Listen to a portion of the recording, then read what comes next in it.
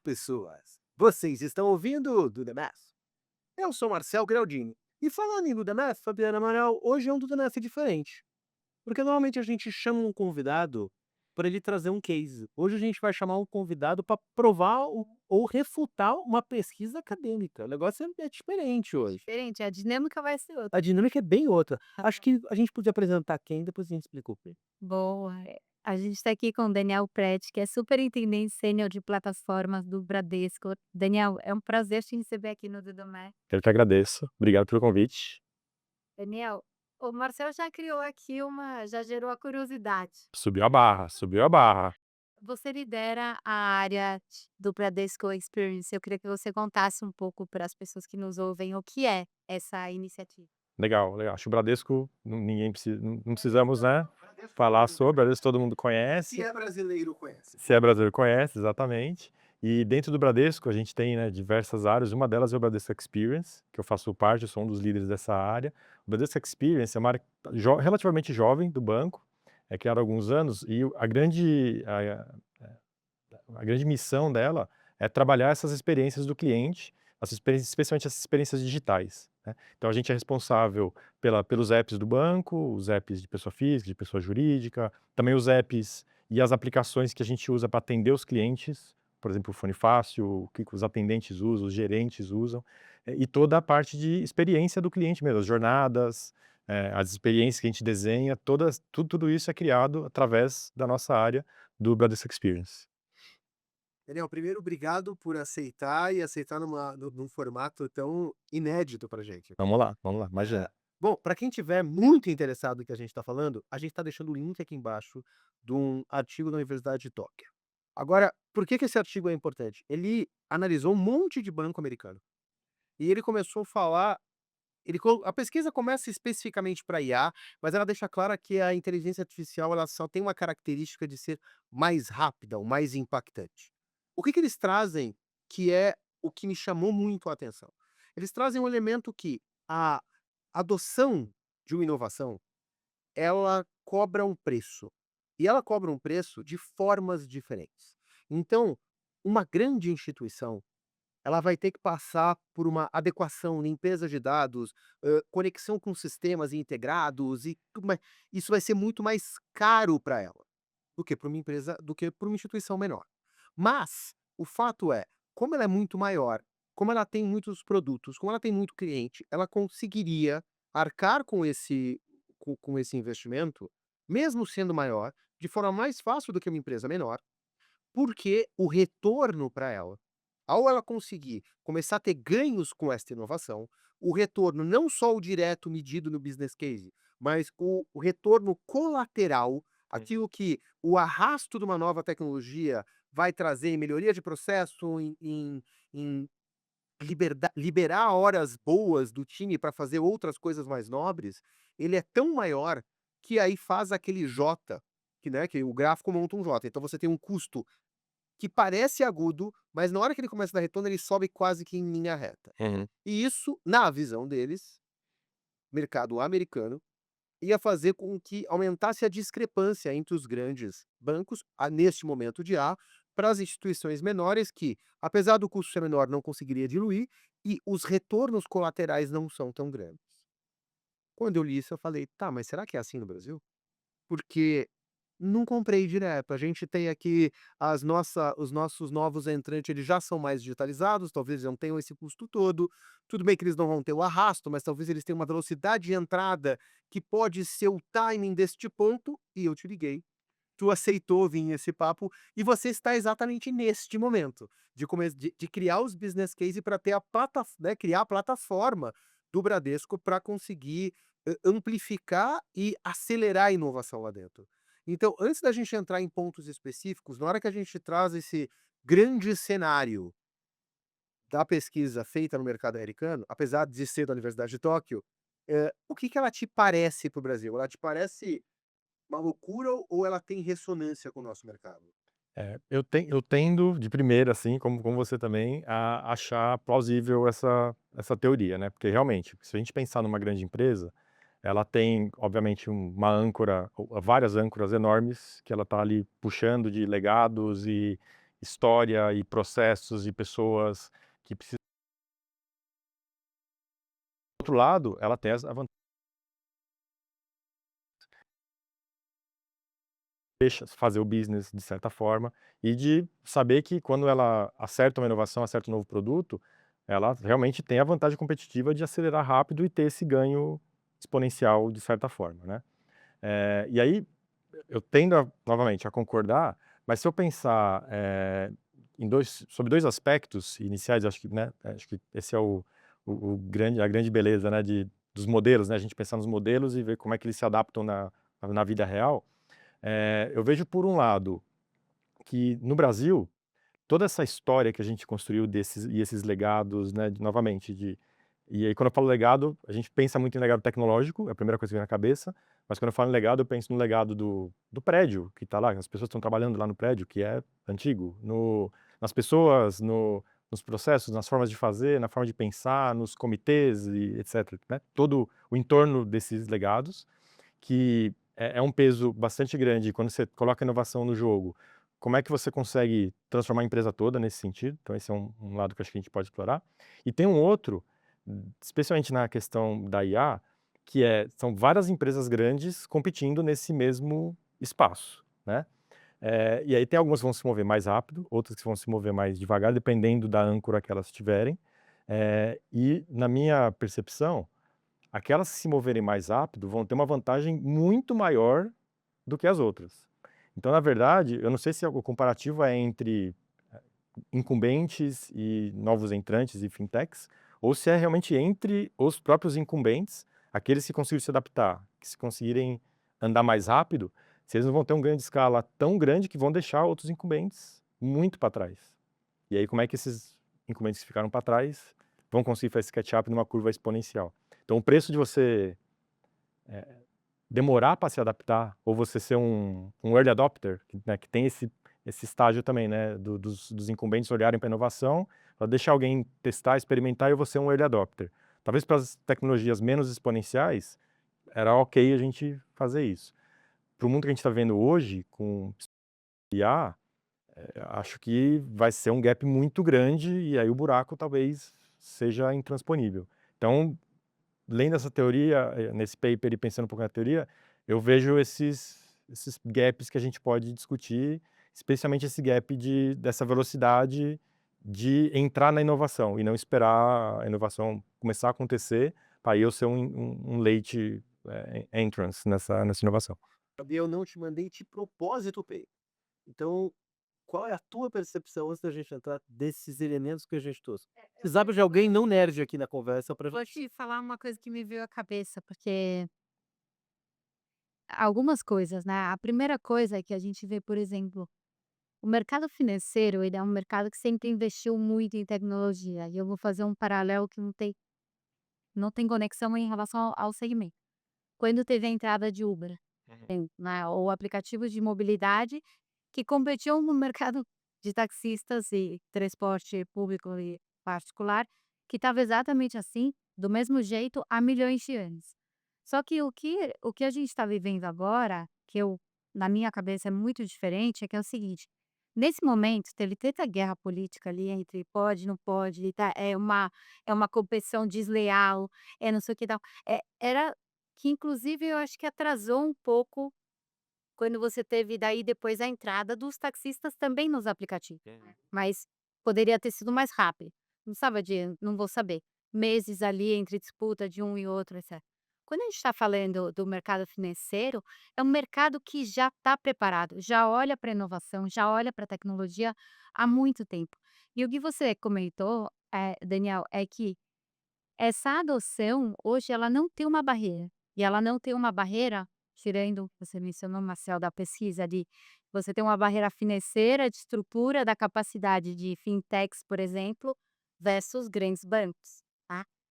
Mas o que eu fiquei pensando é: "Tá, como fica a regulamentação disso depois?".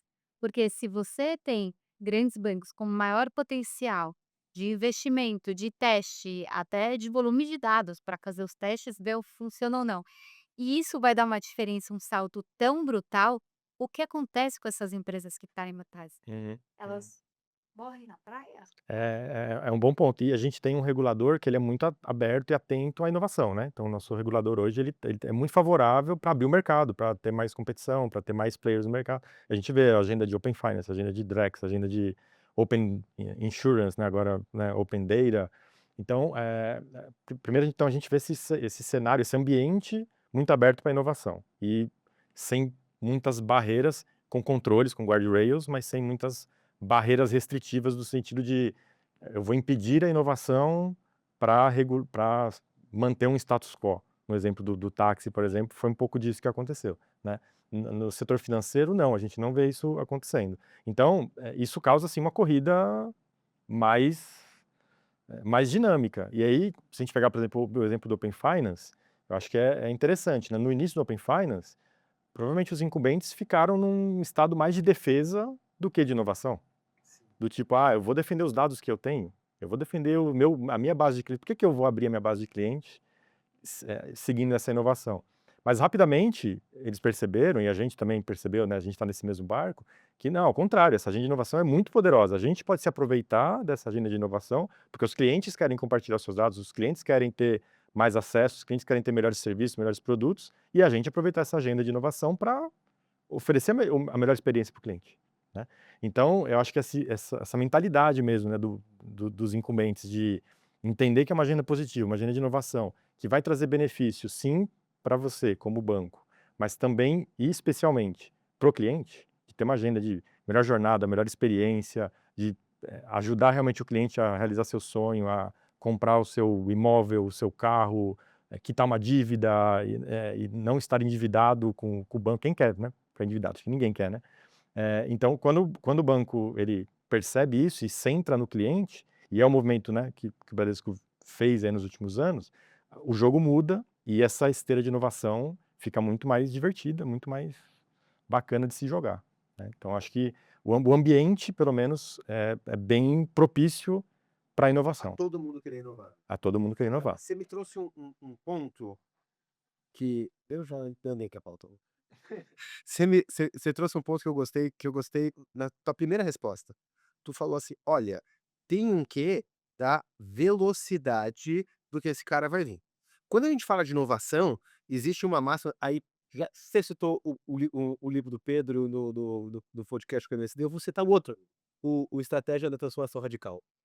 O Pedro Guerra para falar de inovação, ele costuma falar, e eu gosto muito dessa frase, que a gente tem né, as pessoas em geral têm o costume de superestimar Uhum. aquilo que pode ser feito no curto prazo e subestimar o que vai ser feito no longo prazo. Perfeito. O Talvez o grande problema dessa tecnologia agora é que as pessoas têm que aproveitar essa super o que aquilo que se superestima no curto prazo, é porque se a gente está falando de uma inovação, e aí vamos de novo, a gente está colocando tudo aqui na perspectiva de plataforma, quer dizer, algo que vá funcionar para a instituição como um todo, que é a base da pesquisa, não é um pequeno piloto. Uhum. Então, algo que vai ser uma nova plataforma, ela tem uma capacidade exponencial tão grande, de impacto tão acelerado, que o timing passa a ser um elemento muito importante. Perfeito. Porque o primeiro pode abrir tanta vantagem, principalmente se for um incumbente, porque ele já tem aquele poder de muitos clientes de arrasto tão grande,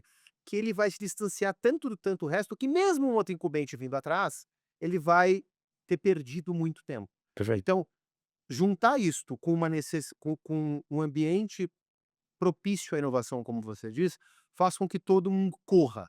E aí, para mim, o ponto é: como é que a gente não cai nos erros dos outros ciclos de inovação que fez muita gente ficar rodando em círculo, não conseguindo sair? Como é que você, ó, se timing é tão importante e se é tão exponencial e não dá para esperar, como é que a gente não comete os erros do passado? Esse é talvez a fórmula mágica que todo mundo está atrás, mas tem algumas coisas que a gente tem feito e que o mercado faz também, que eu acho que vale a pena discutir, né. A primeira coisa é a gente não cair na falácia do construir a big plataforma e, vai ter um grande projeto de 3 anos, mega investimento e all in e vamos nessa, né. Eu acho que a gente tem que Projetos da OpenAI, né, 13 bilhões depois cai o jogo. exato. Não vai ser assim, né. Então acho que talvez seja meio clichê, mas a questão da experimentação rápida e fazer as coisas pequenas e que tenham valor para o cliente, e aí pode ser o cliente cliente da ponta, o cliente interno, independente, né, um cliente, né, mas que não seja só um feature, né, que a gente está construindo e entregando para alguém, mas seja realmente algo que gere impacto e tenha valor. E você começa pequeno e começa a experimentar essa questão, né, da escala, que a plataforma tem, esse poder de escala, é super importante, né. Então você não pensar: "Vou criar a plataforma que vai ter o ponta vou refazer tudo. Ah, vai ter o ponta a ponta, vai ter todos os elementos de plataforma, legal". Não, vamos começar com um pedacinho que seja altamente escalável, que dê para o pessoal utilizar, que tenha ganho rápido, que o pessoal consiga ver valor, ver vantagem, e que no boca a boca, no evangelismo, eu consigo ter uma adoção rápida. Isso pode dar depois sustentação para construir mais um pedacinho, para construir mais um pedacinho, e aí esses pedacinhos talvez eu vou construir 3, 4, vou errar 2, 3 e tá tudo bem, porque o custo é muito pequeno.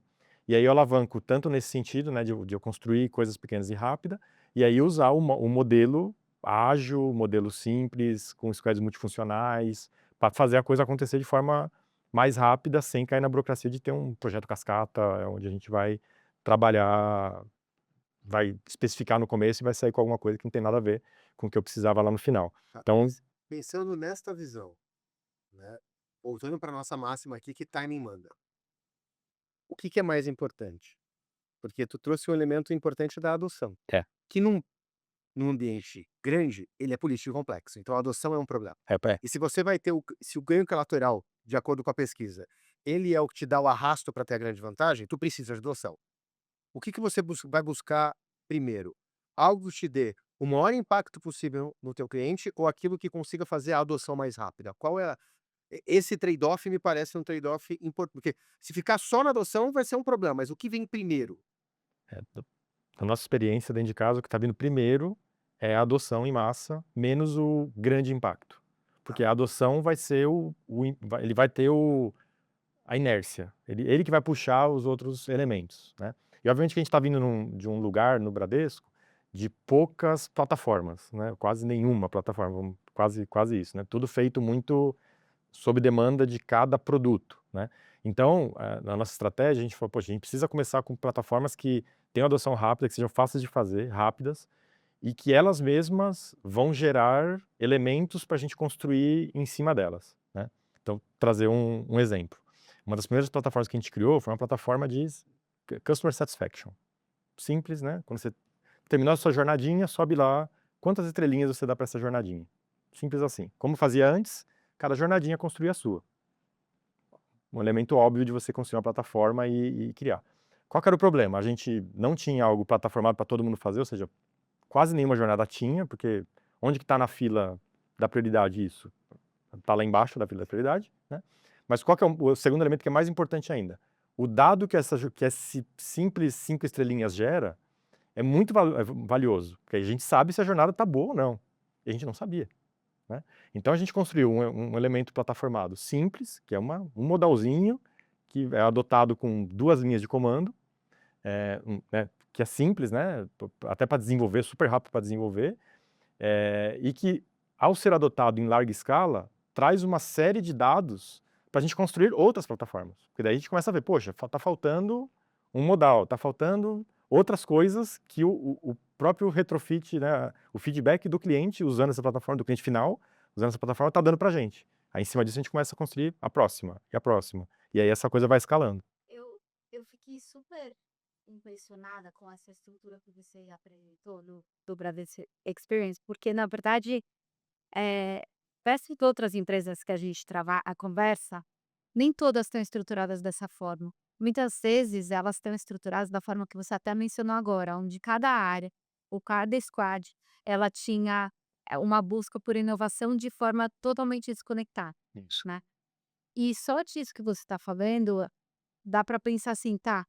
Essa essa iniciativa que vocês criaram, que vira uma área que atende muitas áreas, então você olha para tudo, você tem ganhos de reuso, você tem ganhos de aprendizado, até de uma equalização em relação também à inovação Sim. e a parte de maturidade em todas as partes, porque o que a gente vê bastante nas empresas é que, como não existe essa área transversal, a inovação ou toda essa parte de ganho de eficiência ou de busca por eficiência, fica dependente do perfil de uma área específica. E aí você encontra maturidades e você fala: "Tá, a empresa inteira não trata menos". Perfeito, perfeito, é isso mesmo. Quais são o que você acha que são as outras grandes diferenças, assim? É que eu falei: "Ah, o reuso, o aprendizado e essa equalização", digamos assim. Mas onde mais você entende isso como você entende que isso já é até um diferencial competitivo, olhando para uma forma de estruturar uma empresa? Vou começar de trás para frente. Então, sim, entendo que diferencial competitivo, mesmo porque no modelo anterior, a gente chegou no ponto de não escalada. Então, a gente já não estava conseguindo escalar os produtos devido à falta de plataformas, né. Hoje é um diferen a gente tá na estrada, já começa a parecer um diferencial competitivo, mas eu acredito fielmente que sim, as empresas que constroem as soluções plataformadas, elas já têm uma vantagem competitiva. E aí atacando, né, talvez os grandes ganhos, tem um ganho de time to market também, muito grande, então o time to market é brutal em cima, né, de quem os componentes que já estão plataformados são muito mais rápidos da gente adotar, de mudar a jornada, de experimentar com novas jornadas, então time to market. Eh, o o desenho até a produção, né, também reduz demais esse tempo de desenhar, o tempo de prototipar, o tempo de desenvolver, o tempo de testar, tudo isso a gente vai enxugando que no final, impacta bastante o time to market. A escalabilidade, a performance também, a gente também reduz risco, porque a gente começa a ter elementos que são plataformados, onde a gente consegue atacar de uma vez só. Então a gente tem, por exemplo, plataformas de segurança. Então não tem mais cada produto, cada canal tem o seu componente de segurança, tem uma falha crítica, tem que mudar todo mundo. Não, agora você tem, obviamente, tem um trade-off. Você tem também talvez, não é uma falha, um ponto único de falha, porque tudo é resiliente, mas você é muito mais simples. Você tem um time que está cuidando daquele pedaço, que está trabalhando em não ter um ponto único de falha, mas também, quando acontece alguma coisa, você está ali contido. Você sabe o que tem que fazer, onde tem que trabalhar. Então você reduz risco. Então acho que tem várias coisas que a gente pode trazer aqui dessa experiência de plataformados.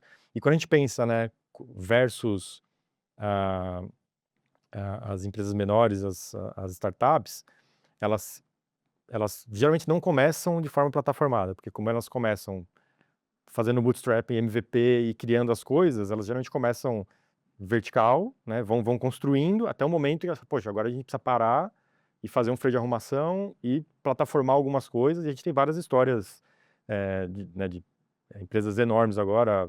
Outro dia a gente estava com o pessoal do iFood falando sobre plataformas, né, tem uma gestora de plataformas lá foi conversar com a gente, contando exatamente isso, quando o iFood parou para "Não, precisamos ter uma plataforma agora", então esse momento chega, independente do tamanho. Até pouco tempo a gente era monolópolo, É isso, era uma coisa só. é Quem isso. não entendeu significa que todo o código está num lugar só, tá, gente? É isso, é isso. E eles criaram a plataforma lá de o Order Platform deles, foi criado no meio do caminho, né, então é uma coisa que serve para os grandes, serve para as startups também, com diferentes dificuldades, né, para entrar nesse mundo de plataformas, mas que vale para todo mundo e é um diferencial competitivo com certeza. Mas sabe o que eu fiquei pensando? Se a gente volta a olhar nessa parte do eu entendo que esta inovação que me dá mais custo, portanto a barriga do J ali Perfeito, para baixo, ela me propicia o retorno em alta escala, é no poder de espalho, né, porque eu fiz algo que funcionou e agora eu posso tá, quais são as outras jornadas, métodos, formatos de atendimento que eu posso reutilizar isso em outros lugares para usar o meu arrasto de muitos clientes, muitos produtos se não se começa o pensamento numa visão de plataforma ou para quem é mais velho de TI, né, do one deploy many, quer dizer, eu tenho aquilo controlado para agora replicar em vários lugares, esta visão de ganho, que é o maior ganho dos incumbentes, nesse caso para bancos, mas vai servir para muitos mercados, que seria o maior ganho do incumbente, é eu já ter a base estabelecida e meu poder de inércia, ela desaparece. desaparece, com certeza. Pelo contrário, fica pior, né, porque daí eu vou ter que refazer muitas vezes. Aí você não está criando uma plataforma, você está criando um componente que você precisa replicar e modificar ele de certa forma para cada jornada ou para cada canal. Isso não é uma Tá. plataforma. A plataforma você tem que fazer de forma agnóstica ao canal, agnóstica ao produto, simples de ser adotado, para você ter esse poder de escala rápida. Se você precisar toda hora, modifica um negocinho, cria uma V1, a V2, a V3, perdeu, não é mais uma plataforma. A gente pelo menos no Brasil, não considera.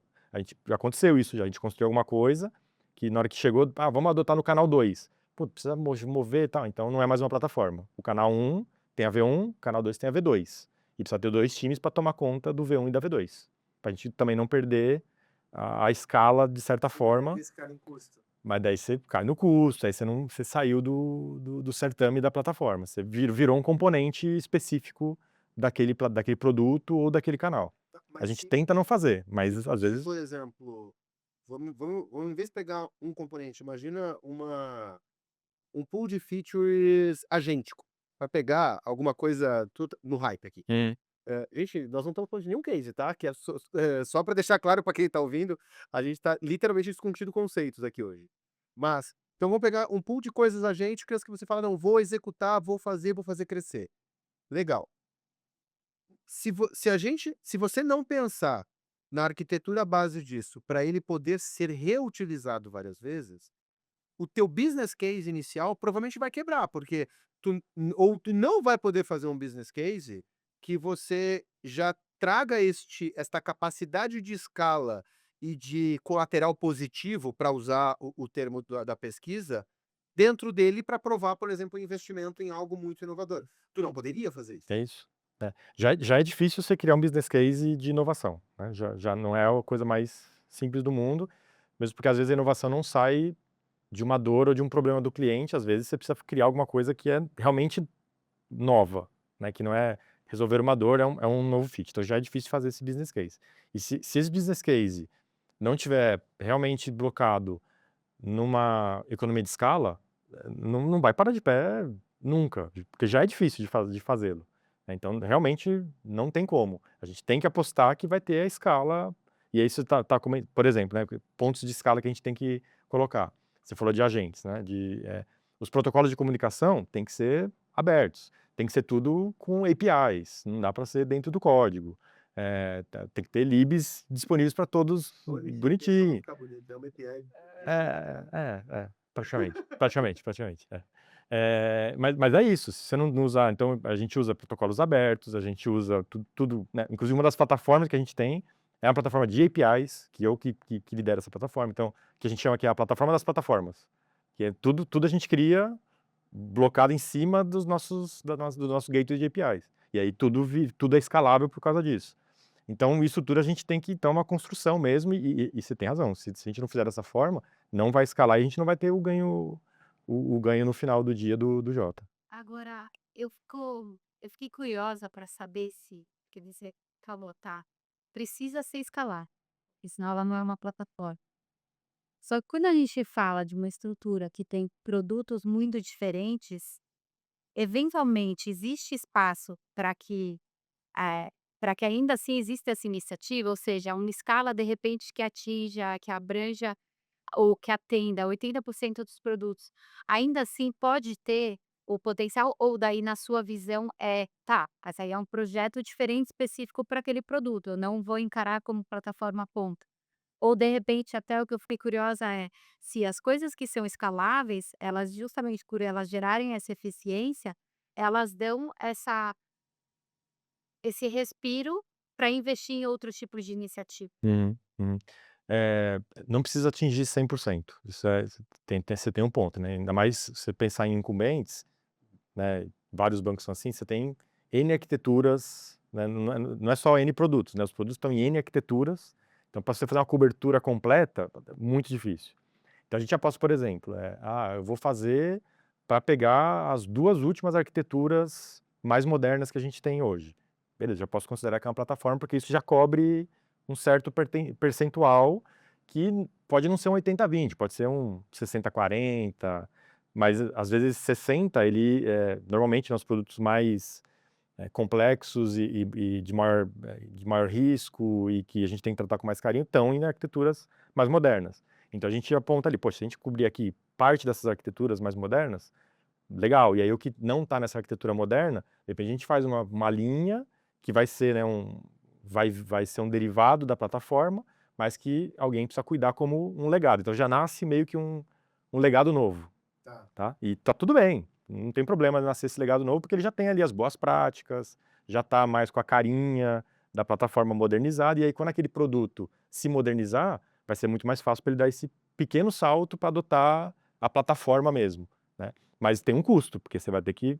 Mas é meio que fugir do custo de deixar plataformado, como você diz, no teu MVP, por falta de uma palavra melhor, porque daí tu não precisa trazer esse ó, ele vai dar ganho de escala, mas depois que provado a tese, a gente dá esse salto de tecnologia. Antes não. É mais ou menos isso? Talvez um pouco mais complexo, né, porque os saltos da tecnologia, especialmente em arquitetura, você começa a ter que mexer no core banking, você tem que mexer em um monte de coisa que a gente como plataforma, a gente tenta evitar, né. Então, eu não tenho nenhuma plataforma, por exemplo, que está tocando lá no mainframe, no core, porque ali é mais complexo, né. Mas sim, puxa a tecnologia. Então a gente tem plataformas hoje, por exemplo, que gera um token handler, por exemplo, para de segurança, né. Essa plataforma que gera esse token handler, que faz toda a autorização de transações, só roda em arquiteturas mais modernas, não roda em arquiteturas mais legadas. E ela, por ser tão importante para a parte de segurança, de autorização de transação, de transações e reduzir fraudes, mitigar fraudes, ela está sendo uma das plataformas que está puxando os produtos a se modernizarem. Então, sim, não era o propósito inicial, Mas acabou mas fazendo pela acabou importância fazendo dela. pela importância dela, exatamente. A gente passou por 3 elementos aqui grandes. O primeiro elemento de entender que tempo importa, né. Porque se a gente está falando que existe um poder de arrasto, aquele dos incumbentes que fizerem isso primeiro, vão disparar na frente. Uma segunda coisa é ter esta visão de plataforma, ou ter essa visão de alta reutilização daquilo que você fizer, quem não gostar de usar uma plataforma vai saber, porque senão você tá à medida que você vai escalar em custo e funcionalidade ao mesmo tempo, portanto não vai ter uma vantagem real, de eficiência real, porque tu tá escalando o custo junto. A gente falou de business case, a gente pode tocar daqui a pouco mais um pouco mais, mas o terceiro elemento que ficou importante foi alguns elementos que eles podem ser você falou que alguns elementos vão ser core para adoção, que daí a gente tá falando das pessoas. Outros elementos, eles vão ser core em puxar o seu sistema todo, tamanha a importância dele no meio. Então, essas são escolhas que tu pode fazer de forma mais estratégica. Eu posso começar com algo para provar a vantagem, e aí eu ganho escala em adoção, e agora eu posso fazer algo que talvez a adoção não seja tão grande, mas eu sei que a partir que aquilo ali for utilizado, ele vai trazer de arrasto muita inovação ou pelo menos, atualização tecnológica Modernização. e modernização que vai ser necessário para amplificar o meu ganho potencial com o resto que eu estou criando. Essas seriam 2 ações cirúrgicas que fariam sentido a gente fazer? Sim, sim, eu acredito que sim, apesar de que a segunda eu acho que muitas vezes é mais sorte do que juízo, porque às vezes essa visão sistêmica, ainda mais num ambiente super complexo, com muito legado, é difícil da gente ter, né, porque quais são as interdependências desse legado como um todo? Não é só o legado, é o legado mais as N planilhas e etceteras, os sistemas departamentais e shadows IT que estão tudo pendurados nesse negócio. Então eu diria que sim, é um modelo que a gente pode utilizar, mas essa parte de eu fazer alguma coisa que depois eu trago todo mundo, eu acho que é mais um spark, que a gente tem que começar a fazer ali, a gente fala: "Pô, espera aí, isso aqui tem se todo mundo vier, o ganho é muito maior". Pô, aí todo mundo fala: "Cara, real, vamos fazer? Vamos". E aí você achar formas de fazer também, sem precisar transformar o banco inteiro, que a gente não vai fazer em meses, né, é um processo gradual, de anos. Então, eu acho que sim, mas eu acho que tem um pouquinho também do cheiro, da sorte, da intuição, talvez, né. Acho que é menos científico nesse sentido. Eu quero voltar, que até mencionou do tópico de business case, porque você falou, criar um business case para a parte de inovação não é uma coisa simples. E eu queria entender, por que que por que que ela não é simples? Porque é algo totalmente disruptivo, então você não tem algum baseline para você falar: "Tá, eu vou fazer esse investimento e eu consigo já conectar com ganhos ali". E para quem nos ouve, o que que você diria para tá, na hora que você vai montar isso? Eu vou pegar na agora. E que se a gente está falando, por exemplo, de ambientes tão complexos, será que em vez de focar no que quem tiver no alguém pensar em fazer, em vez de pensar no business case de segundo e terceiro nível de impacto, que é o que a gente está falando, onde está o grosso do impacto, se ele pensar só no mato alto de produtividade de primeiro nível, será que é o jeito de conseguir provar um business case? né. O business case é sempre complexo, né.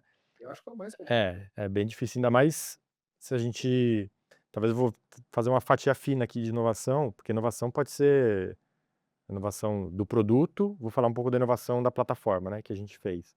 Porque a plataforma ainda tem mais uma camada que ela está muito por baixo do capô ali, né, é um negócio que, ela é isso, é o segundo, terceiro nível, impacta o cliente lá na frente. Então, sim, é complexo e no começo tem muito da gente vender a teoria da plataforma, né, por que que a gente precisa fazer alguma coisa de forma plataformada? Porque se você pensar, né, num pattern, poxa, por que que eu vou centralizar e criar uma interdependência dos meus produtos e canais numa área para fazer algo, então vou ter que esperar alguém fazer alguma coisa para esse é o pattern tradicional, né. Então eu vou deixar descentralizado, porque descentralizado, cada um está na sua velocidade, eu não perco velocidade, eu não perco escala e está tudo bem. Mas achar esse momento onde cada um está fazendo a sua coisa e você não tem mais ganho de escala, né, você precisa centralizar, é muito difícil. E aí é o anti-pattern, né, o anti-pattern é: "Espera aí, e se a gente pegar essa camada fina aqui que todo mundo está fazendo e centralizar numa área que vai fazer de forma plataformada?". Esse é o anti-pattern. Eu acho que primeiro tem essa questão dessa venda desse anti-pattern, do tipo, plataforma é um anti-pattern, a gente tem que reconhecer isso, e ele vai servir para escalar, para ter ganho de escala, para ter reusabilidade, time to market, que a gente já comentou aqui. Aí vem a segunda parte que é o business case. O business case é interessante porque, a gente precisa primeiro ter elementos, todas essas pessoas que vão ser tocadas pela plataforma em algum momento, elas que são os contribuidores do business case. O custo da criação normalmente é baixo, o custo da infra da plataforma é baixo, porque ele é um elemento ali, né, mas ele usado 100 vezes, vai custar caro. Quem vai pagar 100 vezes? Todos esses caras. Então eu preciso ir lá em cada um deles, olha só, sabe esse negocinho que você usa aí, a biometria que você está usando? Então, a gente está pensando em fazer plataformado. Quanto você gasta? Quem que usa? Qual empresa? Por que que você usa? E aí você tem que, então tem um trabalho artesanal de reunir todos eh, esse business case descentralizado também, né, achar quais são talvez o 80/20, né, quais são os grandes consumidores, os grandes canais, os que têm mais perda, né, e conseguir achar esses grandes blocos, e aí ancorar nesses grandes blocos. Olha só, se a gente conseguir ancorar aqui eu vou pegar os 2 principais canais, os 3 principais canais talvez, e eu vou começar pelo terceiro que é menos crítico, mas que é grande também, perto dos outros 30. Legal, aí esse cara já vai dar uma âncora para o meu business case. Mas tem um pouco dessa arte de você ir lá e trabalhar com todas essas áreas e trazer um pouco desses dados para a gente conseguir. E aí tem toda uma questão também do outro lado, né, da mesa, de envolver, governança, as áreas né, de centralização para a gente, poxa, se tem várias áreas usando um certo fornecedor, se eu criar uma plataforma, será que eu não consigo ter uma negociação melhor, que eu vou ganhar em escala na negociação? Putz, tem esse elemento também que eu posso trazer para o meu business case. Ah, vai ter uma arquitetura mais moderna, poxa, tem esse elemento que eu posso trazer. Então você vai combinando esses elementos, né, de uso, de escala, de ganho de escala também de negociação, e aí você vai meio que criando, mas acho que o principal ponto é convencer as pessoas executivas e de negócio desse anti-pattern de que a plataforma vai realmente gerar esse valor escalável e que não é um sonho. Me esquece daqui 5 anos falar comigo, né. Acho que esse é o grande segredo. E depois tem uma questão de como você volta para contar um pouco, né, porque no momento que também a plataforma entra e começa a escalar, eh é quase aquela coisa, né, da tecnologia que quando ela é tão boa, parece mágica, né, tipo, só ela desaparece a plataforma, ninguém mais fala dela. Aí quando você vai, não, precisa pedir não precisa de mais nada, já tá escalado. Fala: "Não amigo, não, aqui ó, tem 30 squads aqui que estão desenvolvendo, tem que modernizar, tal". Então tem essa coisa também da gente não esquecer que ela tá ali por trás suportando todo aquele trabalho, né, que era artesanal anteriormente, e aí passou a ser formado, e ele meio que some ali, porque vira meio que mágica. A gente costuma fazer uma pergunta aqui para os nossos convidados, e eu não ia trazê-la para o papo de hoje, porque em tese a gente não estava falando de um case, mas aí tu trouxe o elemento processual de como fazer isto funcionar. Uhum. E aí eu fiquei em dúvida exatamente do elemento que a gente costuma perguntar no final, que é qual a KPI.